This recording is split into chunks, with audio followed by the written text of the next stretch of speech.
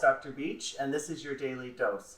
Today we're going to talk about the important mind-body connection. Now, one of the areas where the mind and body are connected, and it can be very helpful for people, are people who suffer from emotional difficulties like depression. For example, it's very common when people are depressed that they don't feel like getting out of bed.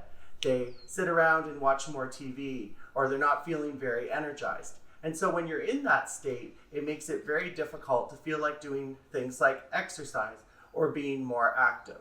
And so what typically will happen is that people will say things like, well, once I'm feeling better and my mood's improved and I'm no longer depressed, then I'll get back to being active.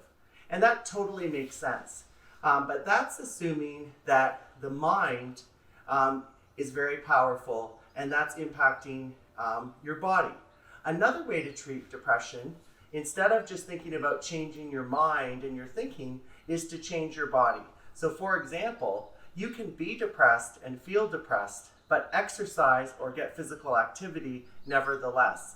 And what many people find once they start even doing small, gradual physical activity, or what some people call behavioral activation, is they find amazingly that their mood starts to improve.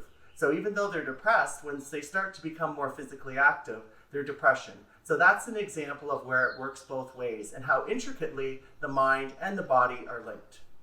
Now, one of the challenges right now, and you'll hear about it, people will be talking about, the COVID weight gain or gaining 5 or 10 pounds. That's a real thing right now. Is it can be hard to do some of the activities and exercise, particularly going to gyms, which is a common one that people do during this emergency. However, exercise can come in many different shapes and forms, and we need to try to think about physical activity more broadly. So if you don't have a gym at home, or you're not able to do, for example, the same course of running or other activities, there's lots of different things you can do.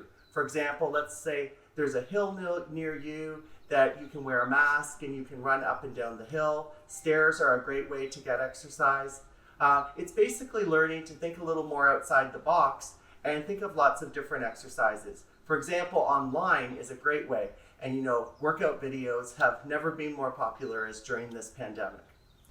So it's only natural during a situation like this where people are more isolated that people are going to have an emotional reaction. And that's normal. So I'd want to validate that that's a natural reaction to a situation that's very extreme, and for most people is unlike their usual way of living. They sometimes talk about the expression alone but not lonely. So there's lots of different things we can do if we're feeling alone. For example, social media. One of the great things about social media and apps like Skype and Zoom are that you can make good connections with other people. We can also take advantage of the time we have to engage in more solitary activities, like get to that book maybe you wanted to read and never got a chance to, maybe spend more time listening to music. And again, just thinking about activities differently. One of the very powerful things that can be helpful for people if they want to learn more about depression and behavioral activation are books like Mind Over Matter. And there's a treatment that's very popular for depression called cognitive behavioral therapy, or CBT. And I would encourage you to look up those resources, which you may find very helpful. Check out our website, like us on Instagram or Facebook, or check out our podcast, Mental Reality with Dr. Beach.